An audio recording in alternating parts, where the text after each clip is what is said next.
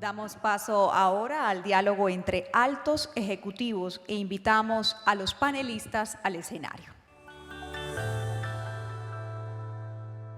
Diálogo de altos ejecutivos de empresas nacionales de petróleo y gas. Alejandro Stipanisic, presidente de ANCAP. Julio Friedman, gerente general de ENAP. Adnan Yahezar, director general de Staatsolie. Moderador. Carlos Garibaldi, secretario ejecutivo de Arpel. Bueno, muchísimas gracias. Disculpas por romper el protocolo de acceso al escenario, pero no nos queríamos perder la charla de Carlos Pascual. Acá tenemos 3 empresas nacionales representadas que son parecidas pero distintas. Voy a ir por orden de antigüedad, no personal, sino de la compañía. ANCAP fue fundada en 1931, empezó a refinar en 1932, si no me equivoco, pero es un importador neto de hidrocarburos, aunque ha tenido una ronda muy exitosa de exploración offshore recientemente. ENAP fue fundada en 1950, es una empresa integrada porque también tiene producción, pero es un importador neto de petróleo y de gas. Y Staatsolie, que representa a su CEO, Adnan Yahezar. Staatsolie es una empresa más joven, fundada en 1980, y que produce crudo pesado, pero que está sentada tiene el tren que viene de las Guyanas, que es el tren más excitante que tenemos, uno de los trenes más excitantes de descubrimiento de exploración en el mundo. Así que se les viene un tsunami de inversiones y de ganancias. Y la otra particularidad, que Surinam es el único país sudamericano que habla holandés. Vamos a empezar con una pregunta general que quiero que conteste cada uno en orden. Las empresas nacionales tradicionalmente de hidrocarburos desde siempre han seguido objetivos estratégicos y subsidiarios sociales, más allá de los pecuniarios, y hoy se ven enfrentadas a una nueva realidad. Muchas empresas, tanto nacionales como privadas, han elegido seguir 2 carriles en paralelo. Primero, descarbonizar sus negocios de hidrocarburos tradicionales, y en segundo lugar, como comentó Malena ayer con respecto a Ecopetrol, diversificar sus portafolios de productos energéticos con energías de bajas emisiones. Entonces, ¿cómo encara su empresa esa transformación? Pero específicamente, ¿qué iniciativas específicas tienen en cuanto a descarbonización y en cuanto a diversificación? Y empezamos por Alejandro. Yo creo que lo primero es ubicarse, y ubicarse en el entorno y ubicarse en la empresa. ANCAP es un pequeño refinador, que como decía Carlos, importamos el 100% del petróleo que necesita el país y tenemos el monopolio en la refinación y la importación de los combustibles. Lo segundo es ubicarse en el mundo. Y por eso, cuando uno mira lo que pasa en el mundo, me voy a basar en la información que nos dan nuestros socios de S&P Global. En el mundo, en los últimos 5 años, claramente hay 3 etapas diferenciadas. Una, el fin del mundo fósil. 2, el apogeo de las empresas de energías renovables. 3, en Estados Unidos pasó algo raro. Entonces aquí atrás está el valor de mercado es el S&P Clean Energy Index, el Global Oil Index y el indicador del Dow Jones de las empresas estadounidenses, el valor de mercado de las empresas estadounidenses. Y fíjense el comportamiento de las gráficas. Pero en Uruguay somos conocidos por el Estadio Centenario, por el fútbol, por Luis Suárez y por Punta del Este. Pero ¿qué más tenemos? ¿Qué más tenemos? Uruguay es reconocido en el mundo como un pequeño país modelo. En algunos lugares nos dicen somos la Canadá de las Américas, o somos la Suiza de América, como fuimos en la década del 50. ¿Qué tenemos hoy? Además de nuestra riqueza futbolística, cultural y geográfica, en el año 2022 a pesar de fortísimas exportaciones de energía eléctrica generada con energía fósil a Argentina y a Brasil, y por lo tanto la energía fósil se consumió en Uruguay y por lo tanto pega en la matriz energética del Uruguay. En el año 2022 la energía fósil, las fuentes fósiles representaron el 42-43% de la matriz primaria. Habitualmente estamos en el 40%. Pero hace unos 150 millones de años, cuando existía Gondwanaland, estamos bastante cerquita de Namibia. Entonces nuestra geología es bastante parecida a la de Namibia y la roca generadora que hay en Namibia aparentemente también está de nuestro lado. Así que tenemos un potencial hidrocarburífero. Pero además, la capacidad y el potencial de generación eléctrica de origen renovable, tanto eólico como solar, es muy grande.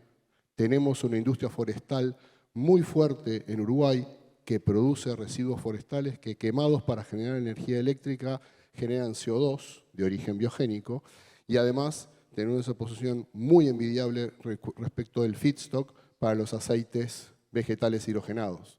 Por lo tanto, la estrategia de ANCAP es: nosotros hacemos lo que quiere el mundo. Somos neutrales, somos agnósticos en tecnología. Si el mundo quiere fósiles más limpios, los podemos proveer o los querríamos poder proveer.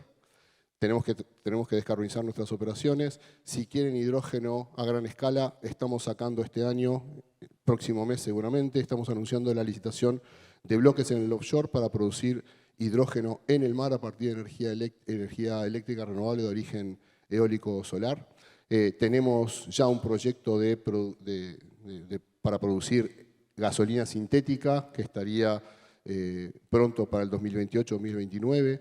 Tenemos un proyecto con factibilidad cerrada y licitando la tecnología para aceites vegetales hidrogenados.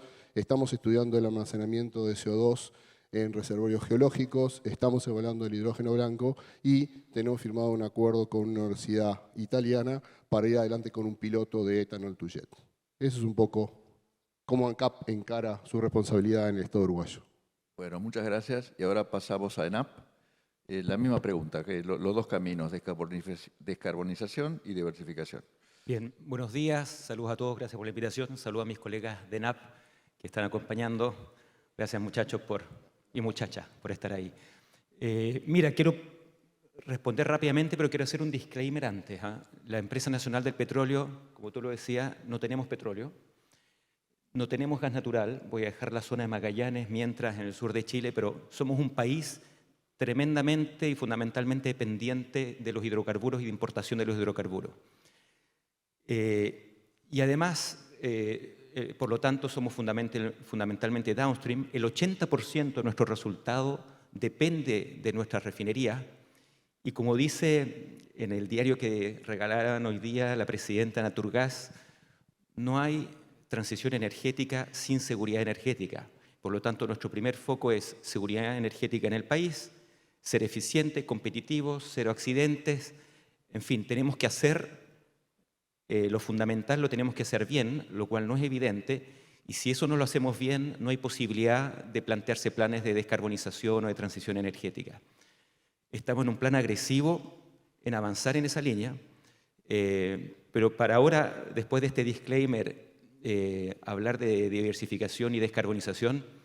La semana pasada nuestro directorio, tenemos aquí presente también dos directores actuales de la compañía y uno exdirector, han aprobado nuestro plan de descarbonización de ENAP. Por primera vez tenemos un plan de descarbonización con objetivos para el 2035-2050 en alcance 1 y 2, donde asumimos ahí reducción del 25% de nuestras emisiones de CO2 equivalente para el 2035 y 50% para el 2050. Después podemos profundizar un poco más cómo creemos que tenemos una oportunidad para alcanzar aquello sin sacrificar el foco en hacer las cosas bien y seguir actuando responsablemente. Tengo que decir además que ENAP es una empresa que durante muchísimos años, si no teníamos pérdidas, lo celebrábamos. Es decir, no olvidar que estamos en una situación muy especial donde tenemos que capitalizar y aprovechar esta ventana de oportunidad que tenemos de resultados buenos. Tenemos una mochila financiera que estamos cargando, bien importante, que estamos tratando de reducir y estamos avanzando bien. Al año pagamos más de $200 millones solamente en intereses de esa deuda, Por lo tanto, estas mochilas también tienen que ser parte de nuestra agenda para poder avanzar en descarbonización y transición. Descarbonización, tenemos un plan aprobado que estamos implementando, tenemos grandes oportunidades de avanzar ahí. Y en transición energética tenemos dos frentes, uno en lo que tiene que ver la oferta de nuestros combustibles. Vamos a contar un poco más lo que estamos haciendo a nivel de estudios en materia de coprocesamiento de residuos, corto plazo, mediano plazo biocombustibles y plantas de biocombustible, y largo plazo combustible sintético, repito, para la refinería. Y un play completamente diferente es la región de Magallanes. Para muchos de ustedes que no han estado, es fácil imaginárselo. Imagínense que es la antítesis de esta ciudad, en términos de temperatura, en fin, paisaje y todo lo demás. Magallanes es una región muy, muy diferente, y ahí estamos apostando a ayudar a los inversionistas privados a convertirla, ojalá, en un polo de producción de hidrógeno verde de manera competitiva a futuro. Por lo tanto, eso es transición y eso es descarbonización, Carlos. Bueno, y lo que es interesante es que estos dos países son similares en muchos sentidos porque están altamente desarrollados socioeconómicamente, tienen amplias clases medias, tienen relativamente al promedio de la región, tienen baja pobreza y son importadores de hidrocarburos. Tiene todo el sentido del mundo, no solamente climático, sino económico, volcarse a las energías renovables y destetarse de un commodity que tiene mucha volatilidad de precio.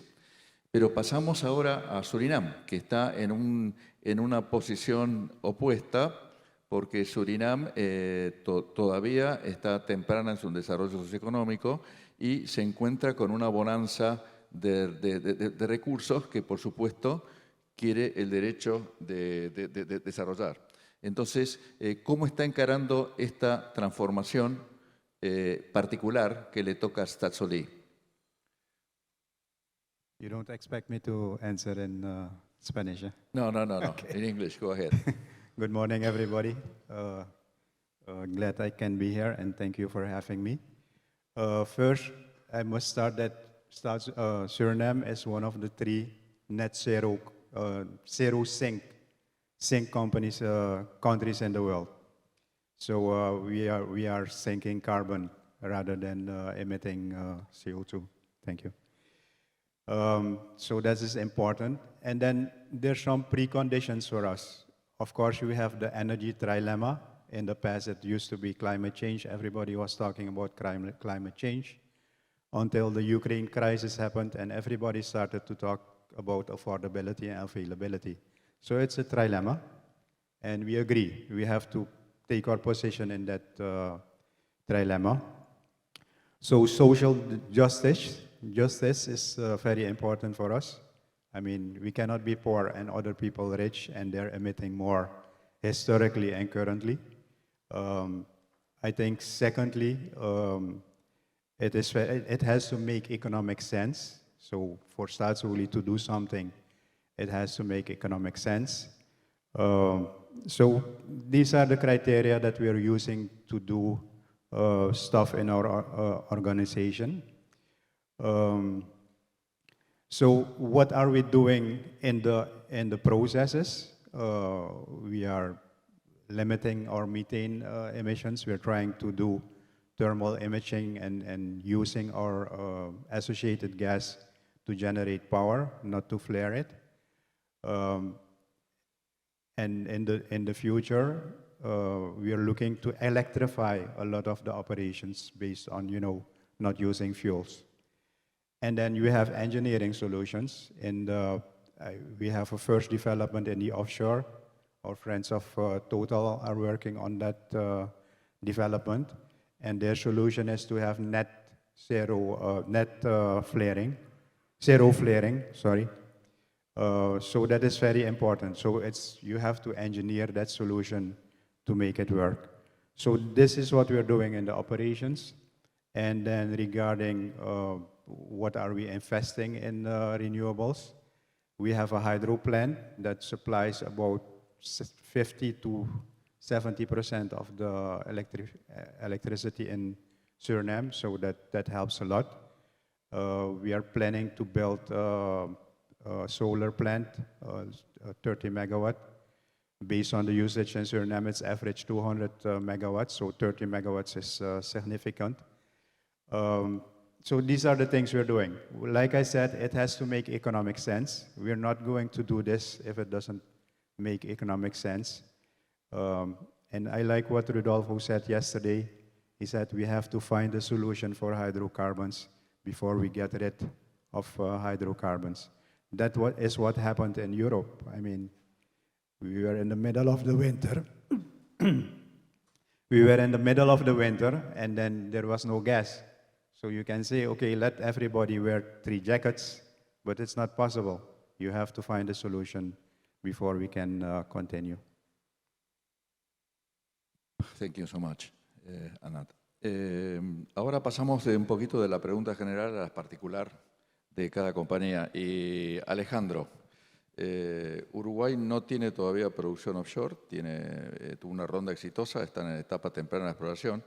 Sin embargo, ANCAP ha adoptado una política de producción de petróleo y gas con baja emisión, de 7 a 8 kilos de CO2 por barril de petróleo equivalente, para estar a tono con la transición energética. ¿Cómo se implementa esa política? Es que más que una política está establecido en los contratos petroleros. En los contratos petroleros que tenemos firmados con las empresas por los 7 bloques en los que está dividido el mar territorial uruguayo, en la cláusula 14 de esos contratos existen condiciones que llevan inevitablemente a la prohibición del flaring y del venteo rutinario. Además, las normas ambientales y el plan ambiental para el desarrollo de un eventual yacimiento tienen que contar con la anuencia del Ministerio de Ambiente.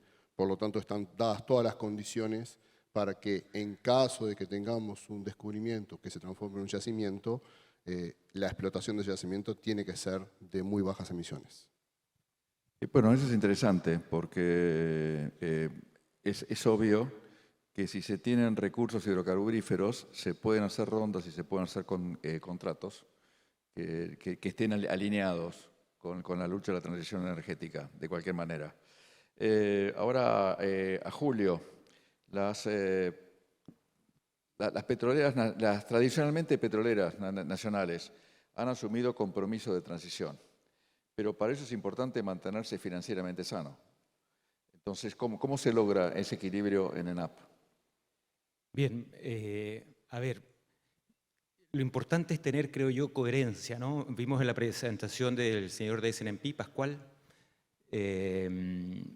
la tremenda volatilidad, pensando además en un país, nosotros para importar los buques que llevan el crudo tienen que pasar o intentar pasar por el canal de Panamá.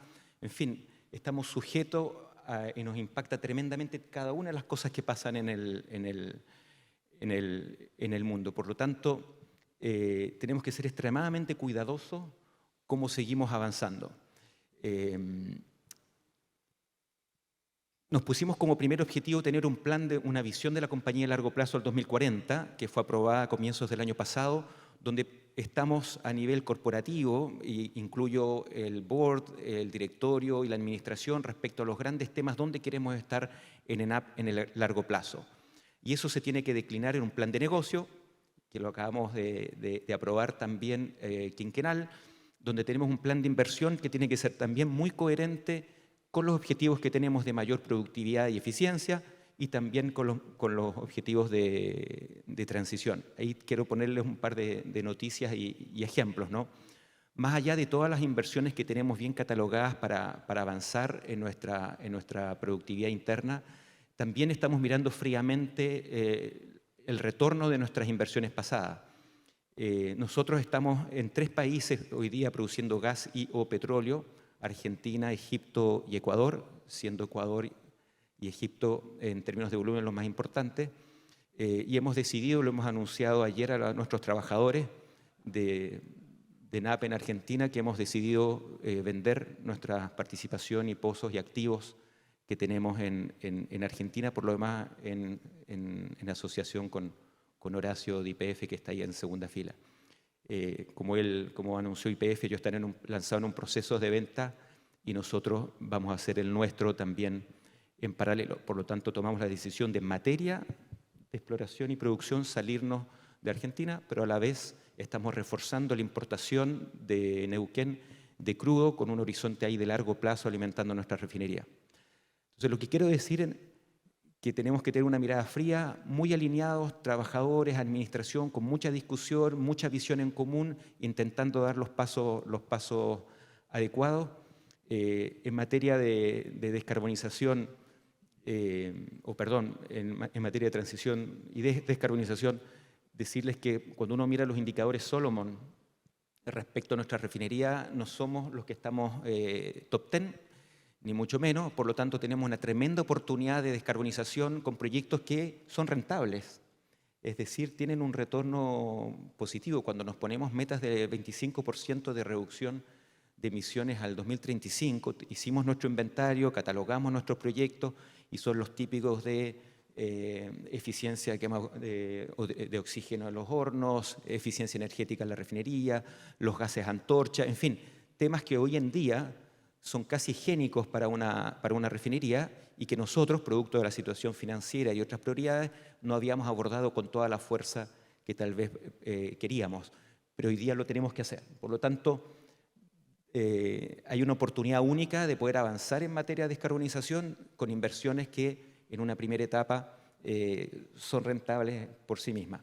Te agrego solamente que hay un contexto que ayuda en Chile. Como saben, al igual que Uruguay, ha hecho enormes esfuerzos para transformar su matriz energética a renovables. Por lo tanto, tenemos la posibilidad de cada vez eventualmente colgar más nuestras operaciones de la red, cosa que hoy día no hacemos, y por lo tanto tener también alcance 2 en base a atacar el alcance 2 a través de PPA renovables, que es algo que vamos a empezar a trabajar ahora. Por lo tanto, yo veo un camino virtuoso de seguir trabajando en seguridad, seguir trabajando en productividad y al mismo tiempo atacar y asumir la agenda de descarbonización. Perfecto, gracias Julio. Anand, now, Suriname is sure to have gas production, associated and free. And depending on the volume, well, you shouldn't flare it, of course, but you can capitalize on it, you can monetize it domestically. So which sector, how are you going to use it? Are you going to use it for power generation, for industry, for fertilizer transport? And in case of there are a sufficient critical mass, how do you plan to export? Thank you for that question. Can I have the presentation? Okay. So this is the offshore. It's very busy, so you can see there is climate change. We are hurrying to put all the blocks under contract. We recently did the white area with the big names, Total, Shell, and Petronas and Qatar Energy. And the first development will come where you see the tower. And it's about 180 kilometers of the coastal line. There's a lot of oil to be found. It's on the Golden Lane that goes all the way from Guyana to Suriname. So yeah, your question, maybe I go to this one. So this picture was made a time ago, but still very accurate. You can see that we have kind of estimated what Guyana will produce, which is in excess of 1 million barrels a day. So it's going to be a big player. And we had, at that time, estimated that Suriname is going to produce 340,000 barrels a day. And a lot of associated and dry gas. So we have a gas opportunity, like you said. And Guyana has already engaged a project to bring gas to Guyana. They don't have hydro power. So we have hydropower. It's still cheaper than gas, so we will not replace hydropower. So we don't have an urgent need for power to bring gas onshore. But where you see the two blue arrows go is the border of Suriname and Guyana. And the idea is to make that industrial park where you can make fertilizer, you can make methanol, and all petrochemicals. But one interesting project is, of course, bauxite to make aluminum. So that is a big project. It's very nice that in Guyana we have bauxite stocks and in Suriname, so we can combine that and make a very good quality, high-grade bauxite. So these are, the general uses of the gas that we are envisioning onshore. To be honest, in first instance, I think, it will be exported as LNG. So this will come later on. Is there a possibility to generate power and be a powerhouse for that arch, including Brazil, that north part of Brazil? Yeah, that's true. And this is the famous Arco Norte project. It's the arc, so that's why it's called Arco Norte. What it does, you see on the left side, it connects Brazil on two sides. I think the left side is especially Boa Vista, but it can go to Manaus as well, because Manaus has a lot more people. And then on the right side, I think it's Amapá and the other villages in Brazil. And it connects the three Guyanas. So, yeah, I mean, South America is a proud continent, and I think we have to show the world as well that we can be a good continent. And I think economies of scales are always important. So let's make one South America. We have gas in Guyana and Suriname, a lot. Brazil has gas, Argentina has gas, maybe other, Colombia also has gas. So if we can connect these grids, it makes the grid more powerful. And of course, everybody talks about gas as a transition fuel. As a matter of fact, in the Sierra Week where we were together, it looked almost accepted that gas will play a role, and everybody agrees, because it has half of the emissions of coal, at least half of that. So this is the plan. IDB has conducted a lot of studies on this, so we're going to pick it up. And I would like to talk to the lady of CAF, because I see she also supports infrastructure. So, I mean, in the future, when we have wind energy everywhere, then this same transmission infrastructure can be used to transport renewables. So it's a big South American plan. I'm not Simon Bolivar or other people, but I think we need to look at integrating South America. And our main problem in Suriname is, of course, we speak Dutch and English. We have to start learning to speak Portuguese and Spanish. Thank you, Dan. Alejandro, ANCAP sigue varios senderos en paralelo, porque como vos mencionaste, hay un agnosticismo tecnológico. Tiene exploración de hidrocarburos tradicionales offshore, tiene también eólica offshore para producir hidrógeno verde, y también están pensando, y también tienen biorefinerías, y están pensando en biocombustibles. ¿Qué ventajas competitivas ofrece Uruguay para atraer capitales en esos tres vectores? A ver, nosotros estamos en una transformación del sector. Y como decía un queridísimo profesor del IES y del IEM de Montevideo, Luis Macalleja, cuando uno cambia algo, primero tiene que saber qué es lo que no tiene que cambiar. Antes de cambiar algo, identifiquemos qué es lo que no tenemos que cambiar. Y en Uruguay creo que estamos muy orgullosos de nuestro track record. Tenemos potencial eólico, tenemos potencial solar, tenemos feedstock para aceites vegetales hidrogenados, para el procesamiento de cebo vacuno y para la utilización del UCO como materia prima. Todas esas son cosas que se pueden comprar en el supermercado. Pero el track record no. Entonces yo acá me estaba anotando 1974, Ley de Hidrocarburos. 1987, Ley Forestal. Ley Forestal que permite que hoy tengamos una producción forestal concentrada en las 3 mayores plantas de celulosa del mundo. 1997, Ley del Marco Regulatorio Eléctrico, que promovió la primera transición energética del Uruguay para que hoy Uruguay tenga habitualmente 97-98% de su generación eléctrica en base a fuentes renovables. Somos primero o segundo en el mundo en ese tema. 2008, Ley de Agrocombustibles, la introducción del etanol y del biodiesel. ¿A qué voy con esto? Uruguay tiene un track record de estabilidad económica, social, política. Los índices de democracia nos ponen en los puntos más altos, los índices de libertad económica también, el nivel educativo de la gente. Es como todo el entorno, es un entorno que tiene condiciones necesarias para el éxito. No son condiciones suficientes, pero son condiciones necesarias. ANCAP ha encarado esta transición desde el momento de su creación como la industria petrolera. Cuando uno repasa la historia desde Titusville en adelante y cuando se da cuenta de que el querosén fue descubierto casi de casualidad y que al principio se desperdiciaba la gasolina y el gas natural, hasta hoy que utilizamos la última molécula y si la podemos reconvertir también, creo que esas son todas las condiciones favorables que tiene ANCAP y Uruguay para esta transición, para esta transformación. Tenemos materia prima, tenemos potencial, tenemos capacidad técnica, tenemos un track record de honrar compromisos. Eso es lo que genera un combo ideal para atraer a inversores. Porque también en esa identificación de lo que tenemos y lo que no tenemos, nosotros no tenemos dinero, nosotros no tenemos capacidad de ejecución de estos proyectos de gran escala.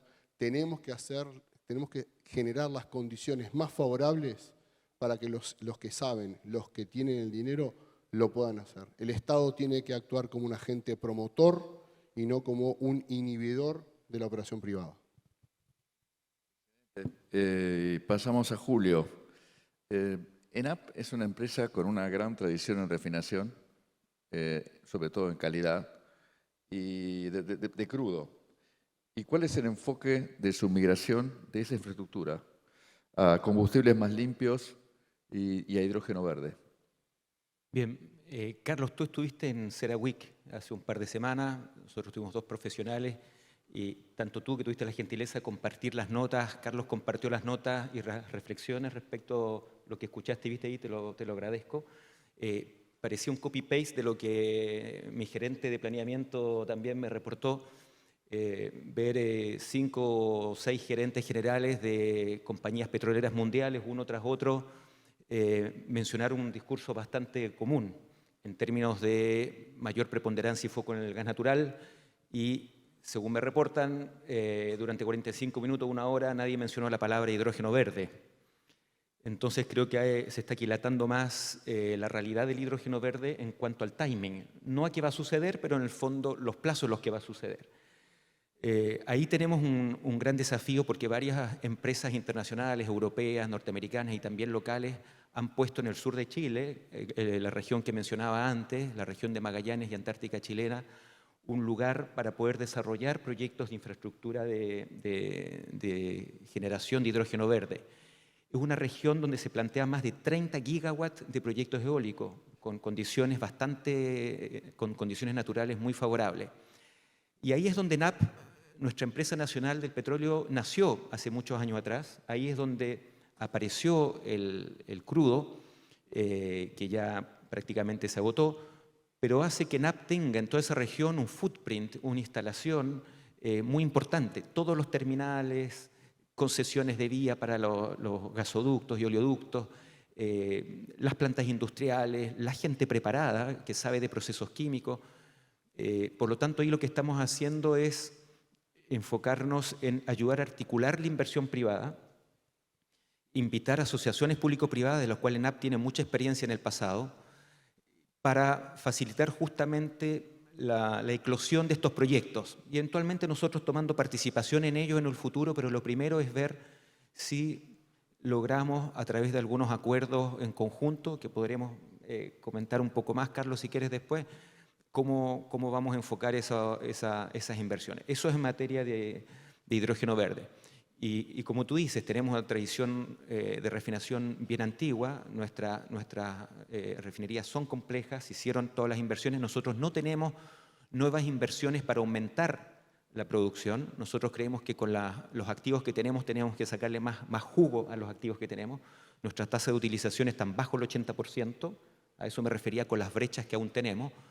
Por lo tanto, nuestras inversiones tienen que ver más bien en temas medioambientales, de transición energética, de nuevos combustibles, plantas de tratamiento, terminales marítimos y por lo tanto a nivel de refinación, que ya expliqué que es nuestro principal negocio, vamos a avanzar con este tema del coprocesamiento de residuos, que creo que es lo que está más al alcance de la mano. El tema de hidrógeno verde para las refinerías lo estamos viendo con cautela, lo estamos abordando, pero como todo indica va a ser algo que va a tomar más tiempo. Y entre el corto y largo plazo, probablemente, como mencionaba mi colega de ANCAP, cuando yo tenga un hijo lo voy a llamar Uruguay, porque hablas puras maravillas de tu país. Como mencionabas tú, entre el corto y largo plazo, el tema de la biocombustible, donde hay un mercado aparentemente mundial más profundo para poder importar eventualmente estos HBO. Chile es un país muy minero y para ayudar a la descarbonización del país tenemos que ofrecer diésel de bajos contenidos de carbono. Creo que hay una oportunidad para nuestra empresa. Son industrias como la minería muy difíciles de electrificar en ciertas partes. Por lo tanto, ahí tenemos otro ángulo donde podemos avanzar bastante en el mediano plazo. And Anand, like your neighbor in Guyana, and before them, Trinidad and Tobago and Ghana, for example, you're going to be confronted by a deluge of money, of capital from hydrocarbons. So, by the way, I'm an orphan. You can adopt me if you want. Now, there are good, there are best practices and not so best practices on how to handle that. How does Suriname expect to avoid that Dutch disease or the resource course? Carlos, will be very difficult. I mean, if you look at Guyana, it's nice. They're 5 years ahead of Suriname, so we can copy everything that is happening there.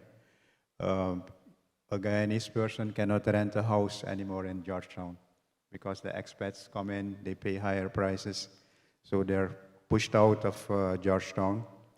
Fruit and vegetables are becoming very expensive, and the local people have a problem, the expat don't. I mean, it's not only expat, all the supporting industries is coming to see what they can do in business in Guyana. The hotels are full, so a lot of usage of fruit and vegetables.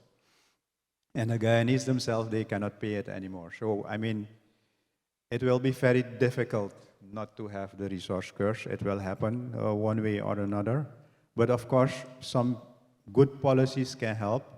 The first thing is to have a sovereign welfare and stability fund. I mean, we have seen in the history of Suriname, but not in Suriname, in Venezuela, in Brazil, when the oil prices are high, the government budget goes up, and it's difficult to bring it down again. When the price goes to $9, it's chaos in the country. So this sovereign welfare and stability fund can do two things. It can, prevent that too much money goes into the economy, so it overheats. And second thing is that it has a stability function. So if oil prices are low, you can take money out of this fund again. So this is very important. And then, of course, the government has to stimulate agriculture, tourism, and what have you, that are the stable and sustainable sectors. So good governance is very important. And of course, we in South America, I don't know if I will be able to go home, but we are not famous for good governments. And it's a chicken and an egg situation. I mean, in Suriname, for instance, everybody works in the private company because they pay good money. If you work at the government, you will own like $400 a month. So nobody goes into the government. So we have to, sometimes they say you have to have they say like a firm leader. Some people call them a dictator. But that, you know, say we're going to cut the government civil servants in half. We'll take care that they can have employment. And then we're going to increase the salaries, like they did in Singapore. You have to be, you earn a lot of money, but you cannot make a mistake. If you're corrupt, you're out of the business and you're prosecuted. I think we have to be a little bit more strict in South America and in Suriname as well. And I'm a little bit jealous of Uruguay and Chile, of course. We are not on that level. But I'm too old to have two sons, so I cannot call them Chile and Uruguay. Thank you so much. Alejandro, en CERAWeek se habló de esto también. Parece que, bueno, hace ya años hemos redescubierto el gas natural como un combustible de la transición energética y ahora hemos redescubierto también, o se han puesto de moda otra vez, los biocombustibles. Entonces, ¿cuál es el plan? ¿Cómo son las fuentes? ¿Qué tipo de biocombustibles va a producir o produce Uruguay y por qué? Como decía hace un rato, hay una ley de agrocombustibles del año 2008 que obligaba a ANCAP a mezclar todo el biocombustible que se produjera en el país, básicamente etanol y biodiesel. Nosotros producimos etanol de caña de azúcar en el norte, etanol de cereales, hay una planta modelo en la zona de Paysandú, producimos o tenemos capacidad de producir biodiesel de soja, girasol, cebo, canola, carinata, pongamia en el sur. Nosotros estamos utilizando esas capacidades. Yo decía hace un rato, uno tiene que ubicarse en el entorno y tiene que tener un diagnóstico de sí mismo. ¿Qué es lo que tiene de bueno y qué es lo que tiene de malo? ¿Qué es lo que le falta? Entonces nosotros estamos utilizando esas capacidades y en la maximización de activos, como bien decía Julio también, y como hace Surinam, uno tiene que aprovechar las oportunidades en función del contexto. Y nosotros tenemos una posición muy relevante en lo que es el mercado de las oleaginosas en Uruguay, porque es Alur, una subsidiaria de ANCAP, la que desarrolló la canola en Uruguay y la que genera que cada año la canola, que es un cultivo contracíclico con la soja, se haya desarrollado. Tenemos capacidad de molienda contratada hasta por más de 10 años. Entonces tenemos la capacidad de producir aceite vegetal. Y nosotros nos negamos a ser productores solamente de materia prima. Nosotros queremos ir al producto final. Entonces, ANCAP ya encaró junto con su subsidiaria Alur un proyecto para hidrogenación de aceites vegetales. Lo vamos a hacer en conjunto con Alur, una parte de refinamiento lo va a hacer Alur, la molienda obviamente la tiene que hacer Alur, y ANCAP va a instalar una planta jefa, una planta de tratamiento de ácidos grasos, ¿sí? Y hemos sacado un llamado de expresiones de interés, estamos preparando y lo vamos a lanzar seguramente en el mes de mayo, para que nuestro proyecto sea complementado con un proyecto mucho más grande. La idea es que nuestra refinería empiece los caminos del coprocesamiento y empiece los caminos de la diversificación. Nuestro proyecto apunta a producir 200.000 toneladas de SAF para el 2027 y queremos llamar a interesados para que ese proyecto sea más grande aún y para transformar a Uruguay como la cabecera de puente de una región que es riquísima en lo que el mundo no tiene, que es el feedstock. En Europa se habla del SAF por todos lados, pero Europa no tiene la capacidad de producir ni el hidrógeno, ni siquiera el gris, porque ahora están abandonando, entonces se quedan sin el pan y sin la torta. No tienen el hidrógeno, no tienen los aceites vegetales, no tienen capacidad de molienda, pero están obligándose a introducir SAF. Y es Latinoamérica la que tiene la posibilidad de hacerlo, y creo que Julio recién decía que le pondría de nombre a un hijo de Uruguay, pero Chile tiene muchísimo también. Nosotros nos reflejamos mucho en Chile. Nosotros vemos a Chile, vemos a Costa Rica como países líderes en la región en muchos aspectos. No nos podemos olvidar de Brasil, que es una potencia mundial. Argentina, que va a volver a hacerlo. Sin ninguna duda lo va a volver a hacer. Y el liderazgo de Horacio en YPF está demostrando que la potencialidad que tiene Argentina va a ser aprovechada. La región está llamada a grandes cosas. ANCAP va a hacer la contribución en la medida de sus posibilidades. Y vuelvo a insistir, como empresa del Estado, nosotros estamos convencidos que tenemos que ser promotores de que los privados hagan su negocio y hagan su riesgo. Nosotros no podemos interferir con los privados, tenemos que ayudar a los privados a que hagan el negocio y desarrollen el negocio. Hablando de público y privado, y perdonen la simplificación, Julio, pero es como nos comunicamos, ¿no? Y no es una precisión correcta, pero Chile tiene un gobierno de izquierda. ¿Y cómo se manejan cómo se estructuran los proyectos con el sector privado, que son indispensables para producir hidrógeno verde en Magallanes? Esa pregunta no estaba pauteada, Carlos.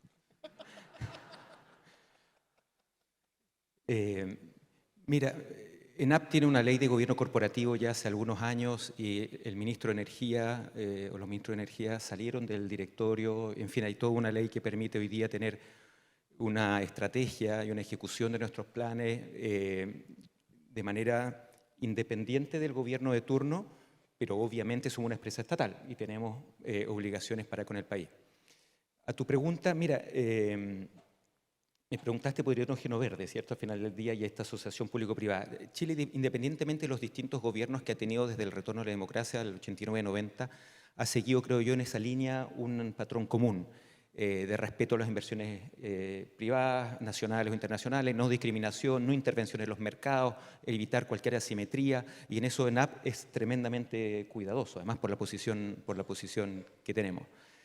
Aprendimos a duras penas en mayo del 2004, en esa época estaba en ENAP, cuando se nos cortó el gas natural proveniente del país de Horacio, y fue muy difícil, y como decía, nosotros no tenemos recursos naturales o hidrocarburos, más bien tenemos recursos naturales pero no hidrocarburos, y hicimos un gran esfuerzo con el sector privado para levantar el proyecto de GNL. Hoy día ya hay 2 en Chile, pero el importante GNL Quintero de la zona central de Chile es básicamente el que abastece de gas natural al país.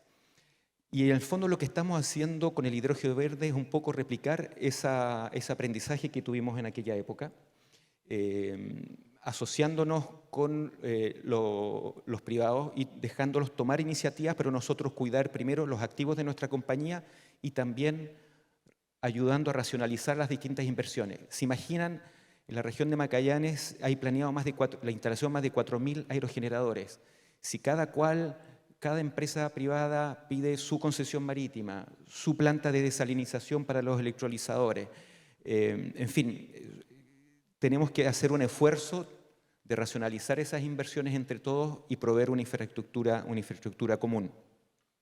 La semana pasada anunciamos la adjudicación del primer proyecto de hidrógeno verde para producir hidrógeno verde como molécula final en la región de Magallanes, un proyecto 100% nuestro, en nuestra planta industrial de Cabo Negro, muy cerca de Punta Arenas, y es un proyecto de 1,2 megawatts. Es chico, pero es el proyecto más grande que va a haber en Chile, y con eso queremos que nuestros propios trabajadores se familiaricen con el producto, que aprendamos a manejarlo y que de alguna manera nos estemos posicionando con nuestra propia gente en la producción de hidrógeno verde. Pero el esfuerzo final y el test de mercado ácido es obviamente que los privados consigan sus contratos de abastecimiento de largo plazo y levanten sus inversiones en conjunto con nosotros, ojalá usando la infraestructura que le damos. Nos queda poco tiempo y yo quiero pasar un último mensaje que no me voy a ir tranquilo, Carlos, a raíz de las presentaciones de ayer y en esto que estamos hablando de descarbonización energética y transición, productividad, seguridad, etc. Ayer se habló del tema de la equidad de género como parte de agenda de desarrollo sostenible, de equidad, etc. Estamos convencidos que el tema de la incorporación de la mujer en el trabajo y particularmente en una empresa como la nuestra, de mucha tradición masculina, no es un tema de equidad, no es un tema de responsabilidad social, es un tema de sobrevivencia de prácticamente nuestra especie. No podemos estar pensando esta transición y diversificación con la mitad del cerebro o caminando con un solo pie. Y lo digo profundamente y sinceramente porque eso nos impone tremendos desafíos y a mí me gustaría que con la misma fuerza como estamos impulsando una agenda de diversificación y descarbonización pusiéramos un poquito más de atención en ver cómo generamos las condiciones para equiparar y tener cada vez más mujeres en el core de nuestra operación. Estamos lanzados en eso. Es difícil, estamos aprendiendo, pero la respuesta ha sido impresionante. El año pasado tuvimos gran respuesta. Estamos incorporando muchas mujeres al core de nuestro negocio, que son las operaciones. Creo que sin eso, todo el resto de la agenda de lo que estamos hablando no tiene sentido y lo digo muy convencido y muy sinceramente.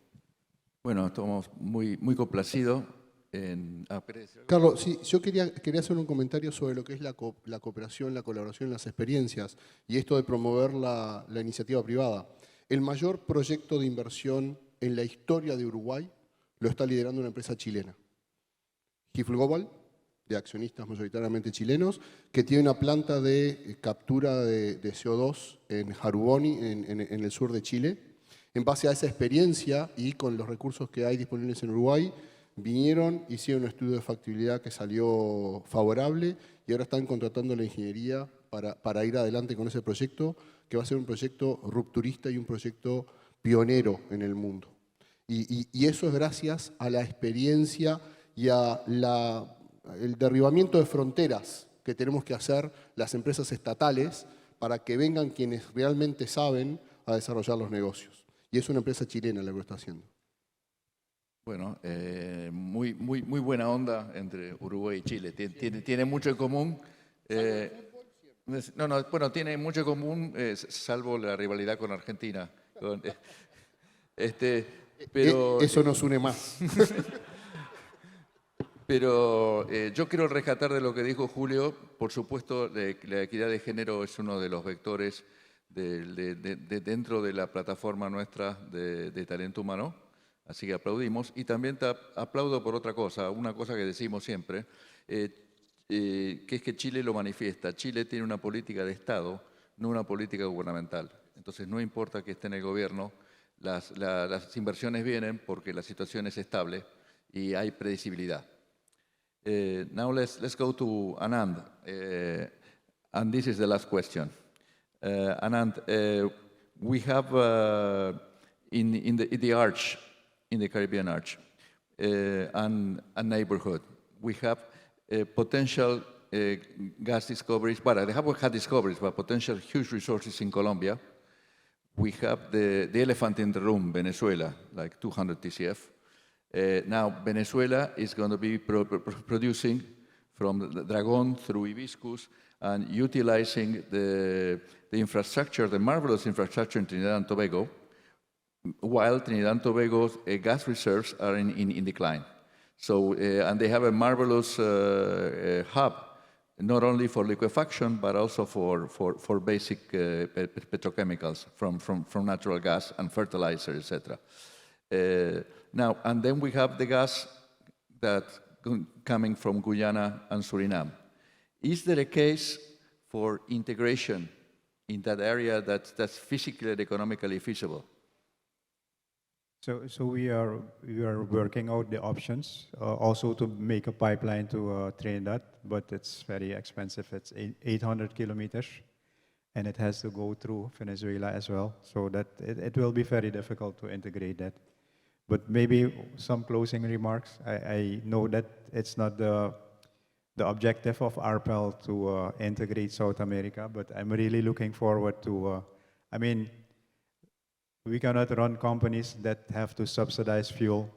We cannot run companies that have political appointed persons. In our country, for instance, a kilowatt hour of electricity costs 5 cents. Solar costs 10 cents.